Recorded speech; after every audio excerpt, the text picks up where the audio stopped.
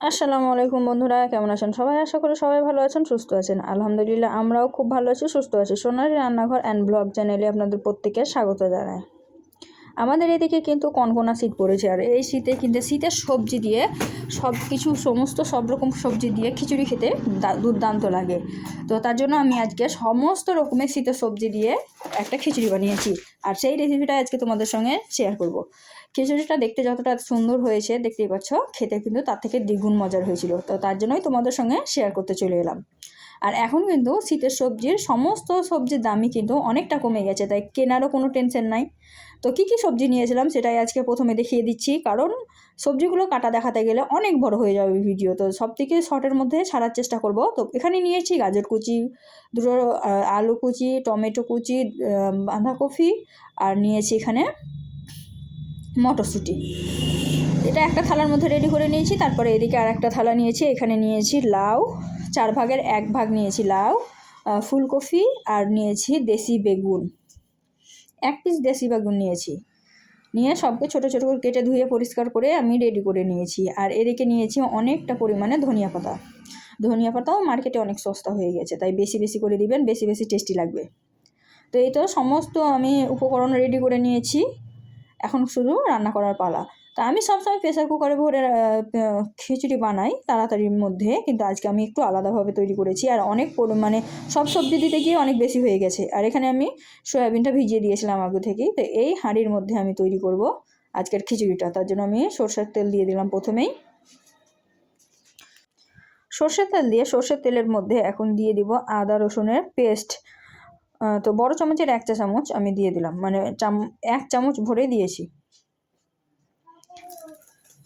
আদা রসুনের পেস্টটা দিয়ে ভালোভাবে একটু কষিয়ে নিতে হবে।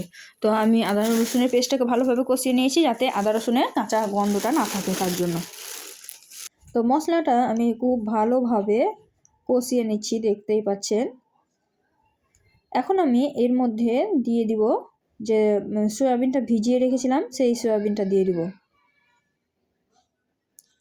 মশলাটা কষা হয়ে গেছে, দেখতেই পাচ্ছেন সুন্দর একটা কালার চলে এসেছে। এখানে কিছু দিইনি, তারপরও সুন্দর একটা কালার এসেছে। এখন তো সয়াবিনটা দিয়ে দিলাম, তাহলে সয়াবিনটা কিন্তু তেলের মধ্যে ভাজা ভাজা হয়ে যাবে। তারপরে কিন্তু একে একে আমি সমস্ত মশলাগুলো দিয়ে দিব। তো সয়াবিনটাও কিন্তু সুন্দরভাবে আমার ভাজা হয়ে গেল, দেখতেই পাচ্ছেন। সয়াবিনটা যেহেতু ভালোভাবে ভাজা হয়ে গেল আমার, তাই এখন আমি একে একে মশলাগুলো অ্যাড করব। প্রথমেই দিয়ে দিচ্ছি হলুদ গুঁড়ো। এখানে 2 চামচ পরিমাণ হলুদ গুঁড়ো দিয়েছি, যেহেতু অনেক পরিমাণের আমি খিচুড়িটা বানাচ্ছি খুব বেশি করে, তার জন্য কিন্তু এখানে 2 চামচ পরিমাণের হলুদ গুঁড়ো দিয়ে দিলাম। পরে যদি হলুদ অ্যাড করেন তাহলে কিন্তু একটা আলাদাই গন্ধ থাকে, তখন কিন্তু খেতে ভালো লাগে না, তাই প্রথমেই আইডিয়া করে দিয়ে দিতে হবে। তো আমি দিয়ে দিলাম হলুদ গুঁড়ো, দিয়ে ভালোভাবে নাড়াচাড়া করে মিক্সড করে দিলাম, যাতে করে সয়াবিনটা কষা হয় আর মশলার সেন্টটাও না থাকে। এখন আমি দিয়ে দিচ্ছি জিরা ধনিয়ার পাউডার। জিরা ধনিয়ার পাউডারটা আপনারা কম বা বেশি করে নিতে পারেন। আমি একটু মশলাটা বেশিই দিব, কারণ খিচুড়িটা একদম মজাদার করে বানাবো, তো তার জন্য আমি একটু বেশি পরিমাণে দিচ্ছি। তো এখানে 3 চামচ পরিমাণে জিরা ধনিয়ার পাউডার আমি দিয়ে দিলাম, দিয়ে আবারও ভালোভাবে নাড়াচাড়া করে মশলাটাকে কষিয়ে নিব। তো দেখতেই পাচ্ছেন আস্তে আস্তে মশলার কালারটা কতটা চেঞ্জ হয়ে যাচ্ছে। এখন আমি এর মধ্যে দিয়ে দিলাম লঙ্কা গুঁড়ো, একদম 1 চামচ ভরে দিলাম, তারপরে আবার একটু দিয়ে দিলাম। আপনারা যেমন কোয়ান্টিটি করবেন তেমনভাবে দিয়ে দিবেন, অল্প পরিমাণে করলে অল্প পরিমাণে দিয়ে দিবেন। এখন মশলাটা ভালোভাবে কষা হয়ে গেলে আমি এখানে লাউটা প্রথমে অ্যাড করেছি, তারপর ভালোভাবে নাড়াচাড়া করে দিয়েছি। তারপরে আমি একে একে সবগুলোই দিয়ে দিচ্ছি। এখানে বেগুন কেটে রেখেছিলাম, ফুলকপি রেখেছিলাম, তো একে একে সবগুলো কিন্তু অ্যাড করছি। অতটা মানে বলা যাবে না, দেখেই বুঝে নিতে হবে। সবগুলো আমি অ্যাড করে দিচ্ছি, দেখুন। আর এক হাতে দিচ্ছি আর নেড়ে নিচ্ছি। তো এভাবে যাতে তলায় লেগে না যায়, তার জন্য অল্প অল্প করে দিচ্ছি আর নাড়াচাড়া করে নিচ্ছি। এতে করে মশলাটাও ভালোভাবে মিক্সড হবে, তলায় মশলাটা পুড়েও যাবে না। তো তাতে ভালো হবে মিক্সড হওয়া, আবার খেতেও ভালো লাগবে।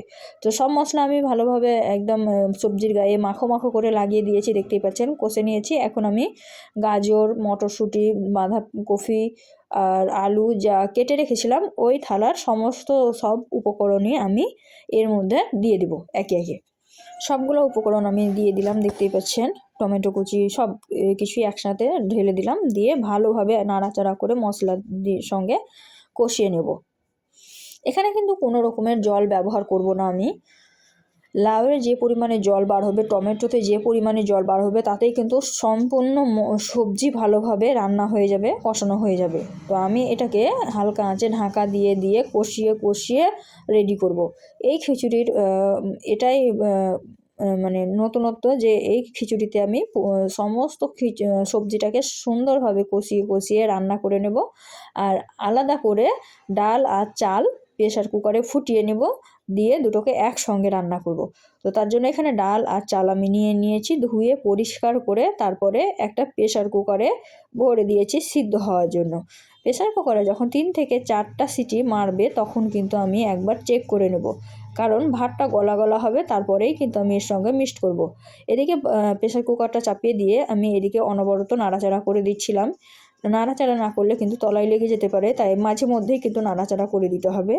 তো দেখতেই পাচ্ছেন অনেকটা সবজি কমে গেছে, এতক্ষণে একদম হাঁড়ি ভর্তি হয়ে গেছিলো, এবারে কিন্তু অনেকটা কমে গেছে। এইভাবে একে একে কমে যাবে কিন্তু আস্তে আস্তে।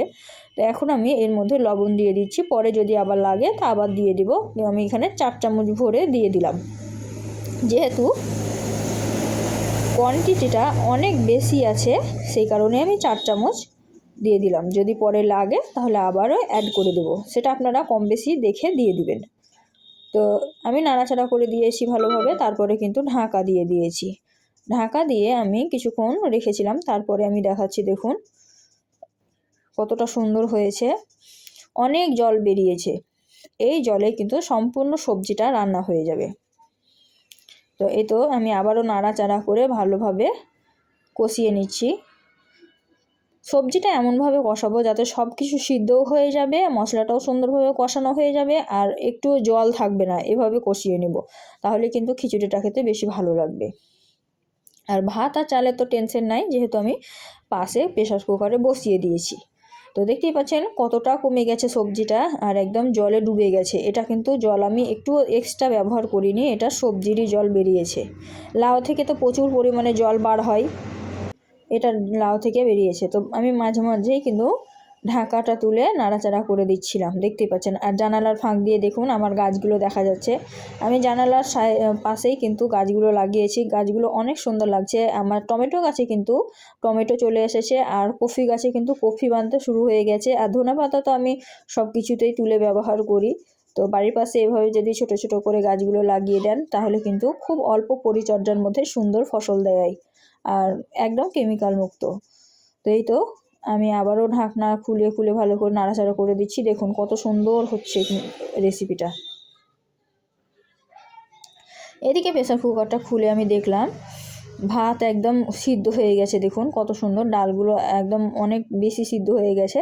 তো আমার এরকমই দরকার ছিল। এখন আমি এই চালের মধ্যে, মানে চাল না, সবজির মধ্যে অ্যাড করে দেবো। সবজিটাও একদম হয়ে গেছে, তো আমি অ্যাড করে দেবো। তো আমি এভাবে 3 চামচ দিলাম, তারপরে পুরো প্রেসার কুকারটা উল্টিয়ে দিয়ে দিয়েছিলাম। এটা অফ ক্যামেরায় করেছি, যেহেতু এক হাতে আমার মোবাইল ধরা থাকে। তারপরে আমি ভালোভাবে নাড়াচাড়া করে সবজির সঙ্গে ভাতটাকে মিশিয়ে দিয়েছি। তারপরে তো জল লাগবেই, আমি গরম জল ব্যবহার করেছিলাম, কিন্তু এতটা পরিমাণে বেড়ে গেছে একসঙ্গে দেওয়ার পরে যে আমাকে আবার আর একটা পাত্রে মানে কিছুটা তুলে রাখতে হয়েছে, তারপরে কিন্তু আমার মানে খিচুড়িটা সম্পন্ন করতে পেরেছি, একটাতে হয়নি। তো দেখতেই পাচ্ছেন আমি ভালোভাবে নাড়াচাড়া করে মিক্সড করে দিচ্ছি।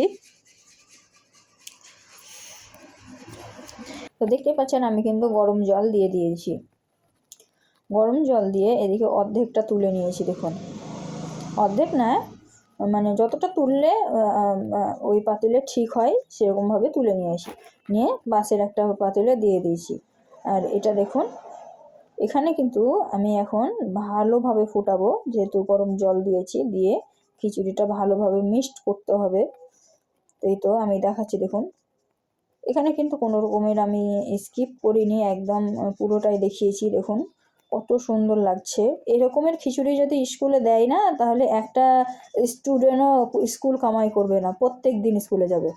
তো আমার খিচুড়ি যেহেতু রেডি হয়ে গেছে, তো সাইডের একটা প্যানে বেরেস্তা তৈরি করে নিচ্ছি। তাতে দিয়েছি পেঁয়াজ কুচি, লঙ্কা, শুকনো লঙ্কা, কাঁচা জিরা মানে গোটা জিরা, আর দিয়ে দিয়েছি রসুন কুচি, আর 2টা তেজপাতা দিয়ে ভালোভাবে বেরেস্তাটাকে লাল লাল করে তৈরি করে নেব। তো দেখছেন আমি কিন্তু বেরেস্তাটা অনেকটা পরিমাণে দিয়েছি, যেহেতু খিচুড়ির পরিমাণ বেশি। আর এদিকে আমি খিচুড়িটা একটু দেখাচ্ছি, দেখুন কতটা ঘনত্ব গাঢ় হয়েছে। আর এদিকে আমি ধনেপাতাটা এখন এই পর্যায়ে দিয়ে দিচ্ছি, তাহলে ভালোভাবে কিন্তু ধনেপাতার সেন্টটা পুরো খিচুড়ির মধ্যে ছড়িয়ে পড়বে। তো এখানে দিয়ে দিলাম, দিয়ে ভালোভাবে নাড়াচাড়া করে দিচ্ছি। দেখুন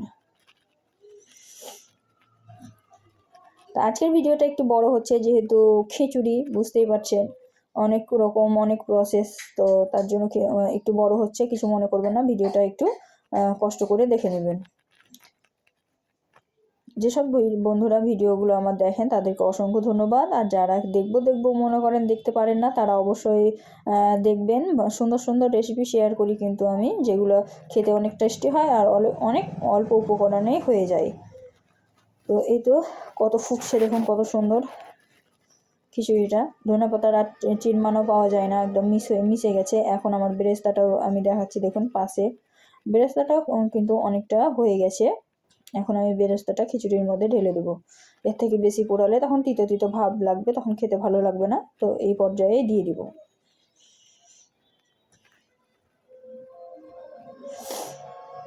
তো আমি ডাইরেক্ট দিয়ে দিলাম। দেখুন বেরেস্তাটা দিয়েই কিন্তু নাড়াচাড়া করে বন্ধ করে দেবো, তাহলে কিন্তু সুন্দর সেন্টটা মধ্যে থেকে যাবে আর খেতেও কিন্তু খুব সুন্দর লাগবে। তো আমি একটু নাড়াচাড়া করে দিয়েই ঢাকা দিয়ে দেবো, মানে বন্ধ করে, গ্যাসের আঁচটা বন্ধ করে ঢাকা দিয়ে রেখে দেবো। কিছুক্ষণ এভাবে রেখে দিলে কিন্তু অসাধারণ একটা স্বাদ হয় খিচুড়ির মধ্যে। এই তো আমি নাড়াচাড়া করে দিলাম।